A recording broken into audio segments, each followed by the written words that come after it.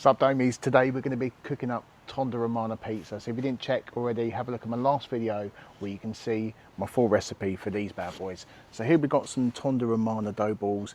They've been resting for about 3 hours now. They are looking very, very nice. So what we're going to do, we're going to start making this now. So the oven's on. It's been on for about 20-25 minutes. The stone will be fully saturated now, so I'm going to turn it down because we want it to cook on a low heat. There we go, so turn it down to the lowest temperature. Ideally you want to be cooking these around about 350 and low and slow so they cook nice and crispy. They do cook for a little bit longer because we want it nice, thin and crispy. So literally, because it's a lower hydration, you can practically take it out straight away. So here we go, looking very good. We're going to put some semolina down, very important. Get the semolina flour out, put your dough ball on top and literally just press like that. You're going to press it out. Don't worry about the edges because it's going to be rolled thin.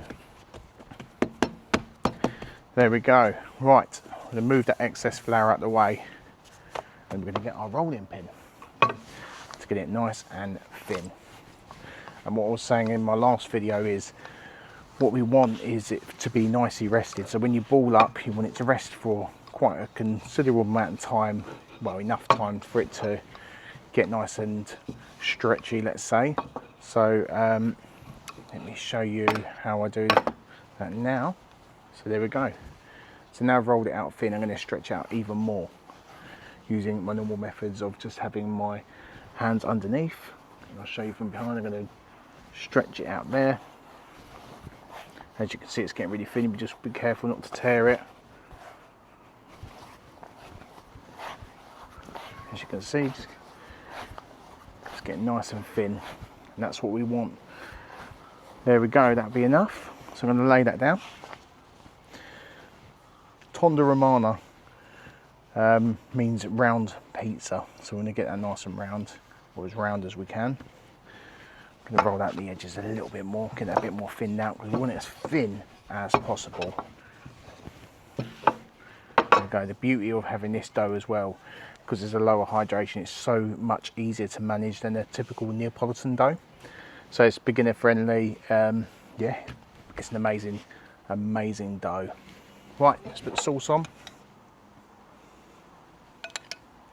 So what we want to do is go right to the edges using a good quality plum tomatoes, because if it's too wet and it's just going to be a soggy mess. So what you want is good quality plum tomatoes. These are actually a Muti brand. You get them in the supermarket. You want to go right to the edge with these. With this style of pizza, you want to go to the edge. You don't want to leave it much of a gap with the edges. Leave a slight gap by about a centimetre maybe, but you want to go right near the edge really with this sort of style pizza. So that's it. Not too much sauce on there, but enough. Right, next thing, very important, shredded cheese. You don't want to go for the wet mozzarella, it's going to make it soggy. You want to go for like a shredded style cheese like this, mozzarella. I'll show you closer to the camera, there we go. And again with this, we don't want to use too much. Just a little bit, less is more when you come to these cooking in pizza in general, just want a little bit. Same with the toppings as well. You just want light toppings really, because you want it to be thin and crispy. And it's all going to distribute and melt anyway, so that's enough there. I've got here some ham. I'm going to put some home, so whatever I can find in the fridge really. So I've got some ham, I'm going to just dot that about. Again, not too much. And I've got some lovely goat cheese which I found, so I might put that on as well. I'm going to crumble that on. There we go. A bit more. I think that will do. Right, next thing next, we're going to get your pill. Get a bit of semolina on that pill just so it doesn't stick. Shake it off. We're going to get underneath there.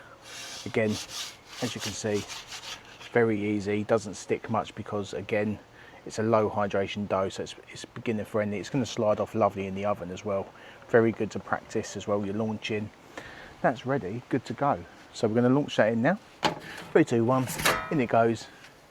So much easier as well, and it's actually great practice for launching your pizzas and then move on to Neapolitan after when it's a bit more sticky and a bit more tricky. So this is going to take a little bit longer than your normal Neapolitan, which takes about 60 to 90 seconds. This takes probably about 3 to 4 minutes depending on what it is. Again, another pro tip, if you want to make this super extra crispy, what you want to do is towards the end of the cook, you can turn the flame off completely. Now carry on to cook and make it even more crispy. Let's see how that's looking. Again, see, it takes a little bit of time, but I promise you guys it's worth the wait. Tonda Romana pizza, once you try it, you'll never go back. Honestly, it's addictive. It's also good if you're on a diet as well, sometimes like we are. Thinner base means less calories, so all good. That's starting to get a bit of brown under there as well, so I'm going to start go underneath there. I'm going to, there we go, you can see it's starting to colour up. Turn that round, back in. Underside's looking crispy. Yeah, that's what we want. What we're looking for here is some charred edges. So we're going to get it nice and charred. I like my pizzas well done, as you guys know. They're getting lovely charred and crispy. Let's get that back in. It's looking nice, bubbling away. Really sizzling up now. Yeah, that's looking good. The crispier you want it, the lower the temperature. But what you've got to make sure is that stone is fully saturated so the underneath cooks.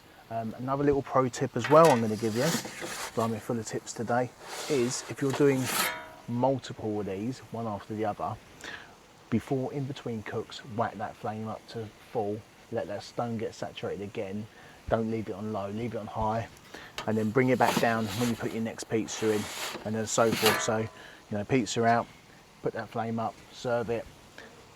When you come to cook your other one, turn that flame down, whack it back in, and that will keep you having a lovely bottom base as well. It's looking very nice. Yeah, the underside's looking great. Again, we are looking for charred.